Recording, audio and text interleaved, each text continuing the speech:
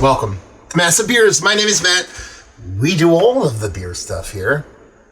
One of our favorite beer stuffs, mystery beers. But not just one mystery beer. Two mystery beers, side-by-side mystery beers, courtesy of my boy Steven. We are post Beer Tube Palooza. So Beer Tube Palooza brings a lot of things to the table. Travel, laughter, food, beer, laughing, all the funs.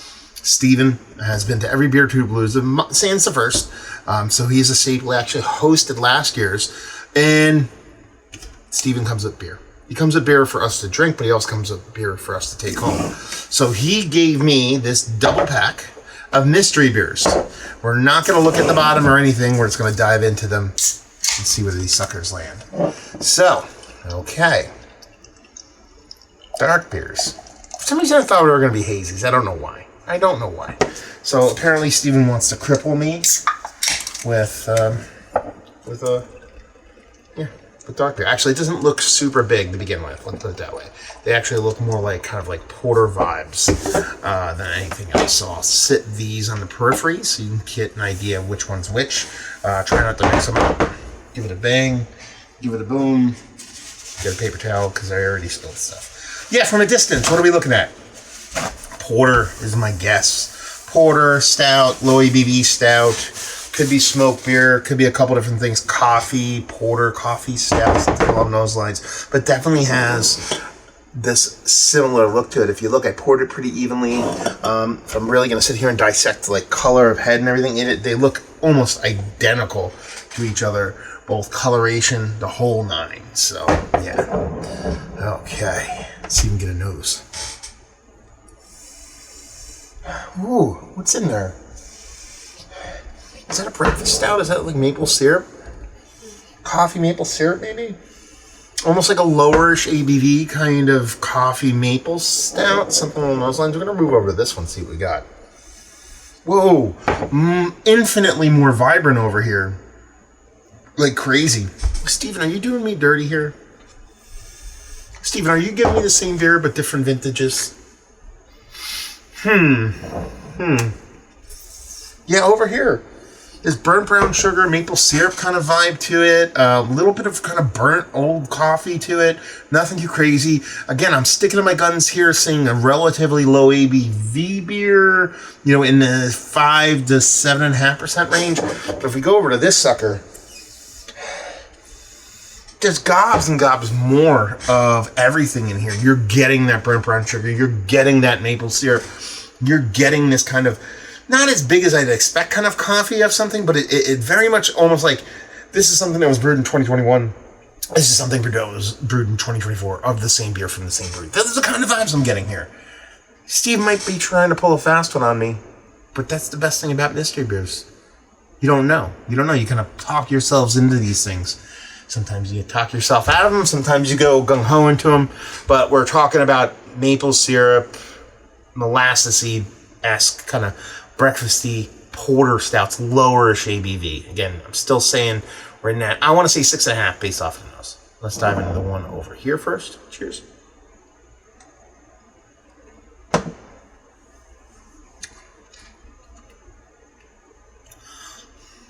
I might want to walk away the coffee on this. I'm still not sold on the style.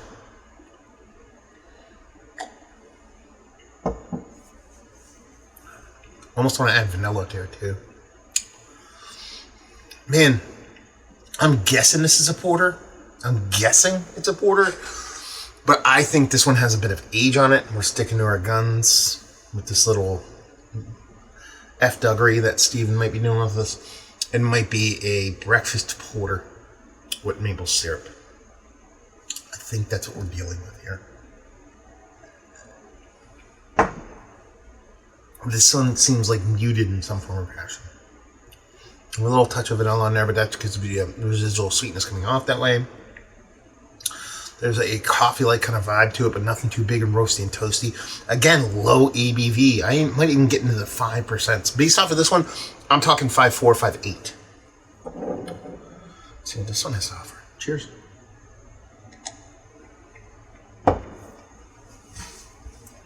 Okay.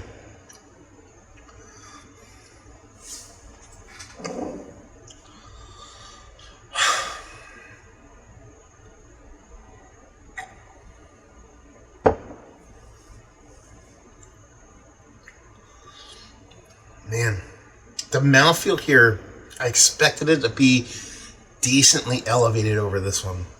I was, again, doing my whole ass out of you and B assumption game here. I was assuming this is an older variant of this, and the mouthfeel have died off on this. There's a touch more mouthfeel to it, but not as much as I would imagine based off of that kind of rationale. Again, burnt brown sugar, maple, roasty toastiness, a little bit of coffee vibes, but nothing too crazy over the top.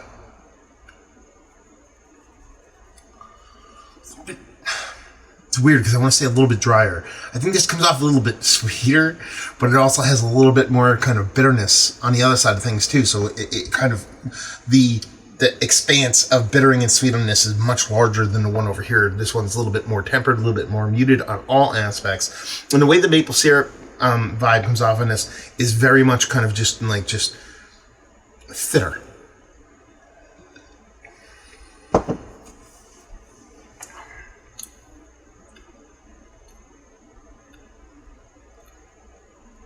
Yeah. I think these are the same beer, but just different years.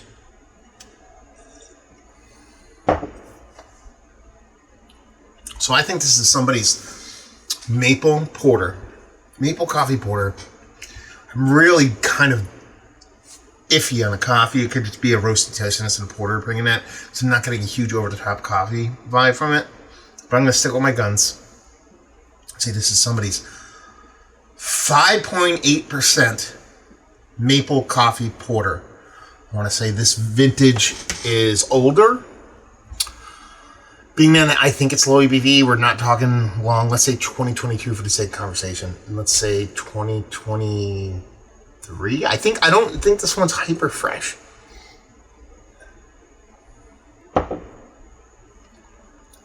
Let's do that. 22, 23, somebody's coffee maple porter. Same beer. Do we get... we don't get a 2024. I'm already wrong. So what do we have here? We have Apple Cider Donuts. Little House Brewing Company. Okay. Apple Cider Donuts. This is a Scotch-style ale. I didn't even call it... I said porter. With apple cider donuts, cinnamon, and vanilla.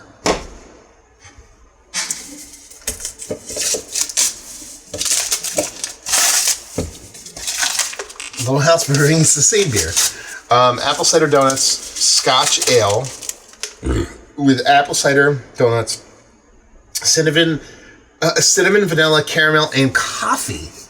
Are these both the same year? I wonder, Steven. They have to be the same year. I've never heard. So that's pretty unique. This one actually has a date in a can. This one does not. It's 12% Beer Project beer. Okay, is it Great Falls Brewing Company and Bishop Orchards Little House Brewing Company? So it's a collab. That's pretty cool. So the only thing we have different going on over here is caramel and coffee. They're both 7%, so I actually went way lower in ABV than they initially are. They do not drink anywhere close to the 7%. Man. Let me drink this one.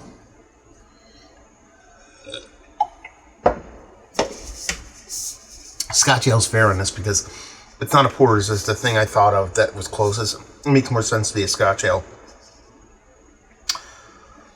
Cinnamon and vanilla. I call it vanilla, but I didn't stick with it, so I'm not going to own that one. It comes off like, and that is the burnt brown sugar. That is the apple cider donuts. I think it's just the residual sugar on that is what I was getting as opposed to the maple syrup. And over here, yeah, that caramel vanilla combination with that coffee. I'm absolutely 100% okay with what I said because I love being wrong and I love being right, and I was definitely more wrong than I was right on this sucker, but I think we all win on this one. This is a very, very cool mystery beer. Thank you very much, Steven, for just throwing this down the pike because that is so cool. I'm not going to lie to you. I feel like my mystery beer game, I think I was pretty damn good at it. And I just don't do them enough. And maybe it's just a matter of just getting old, losing my fastball. But there's people that are way better at it now than I ever was. Keith from 90 Lumber is really great at them. And, Joe from Beer Patrol has been fantastic. But it's one of those things where, when you love it, when you love the thing, you never grow tired of it. Not to keep throwing the whole sports analogy, but ball don't lie. And people that play ball, when they're retired, they don't just stop playing ball. They keep playing ball because they love it. They're just not getting paid for it anymore. And that's kind of how I feel when it comes to mystery beers now. But then again, I don't do a ton of them. So to get something that is this, it's, again, let's just go with all the analogies in sports. It's like a changeup for a fastball. The release point is exactly the same. That's what makes the changeup and the fastball so devastating. Someone throws you 5 fastballs and you throw them a changeup. It's like his arm angle, everything's the same, and you release the ball just comes at you in a different velocity and a different trajectory outside of the initial release point. And that's kind of where this kind of beer kind of sits for me. It's the fastball and changeup, or fastball and changeup, however you want to frame it, in that it's the same beer but slightly different. Now I went down a different path, which was the same beer, slightly different vintages, but it's the same beer with slightly little variants. I'm cool with that too. But this is a very fun combination. Love to visit this brewery. Someone throwing out Scotch ales with coffee and cinnamon and vanilla and all kinds of weird shit in it. You don't see people make Scotch ales and then one make those and 2 fuck around with it like that. So very fun, very cool, very interesting. Thank you very much again, Stephen. So yeah, are these some of the better Scotch ales I've had as of late? It's weird because it makes sense that that's what they are, but they have these kind of unique kind of adjuncts in the Scotch ale. Is just weird to begin with. I'm here for it, but it's weird. So, no, it's in the conversation. It's not Mount Rushmore. Are these some of the more funner beers? Even the mystery beer portion of the show stripped from it. One of the more funner beers I've had is like, yes, because getting that combination of the cider donut, that kind of thing going on in combination, which I'm a fan of. Got to be in the mood, but I got to be a fan of. We got great ones here in New Jersey in combination with that kind of caramel, vanilla, kind of chocolate, kind of F-daggery on the other end of things. Very fun combination. So there you go. We got to do it. Got to do it because it's called science. So here we go. The old Super QV. Cheers.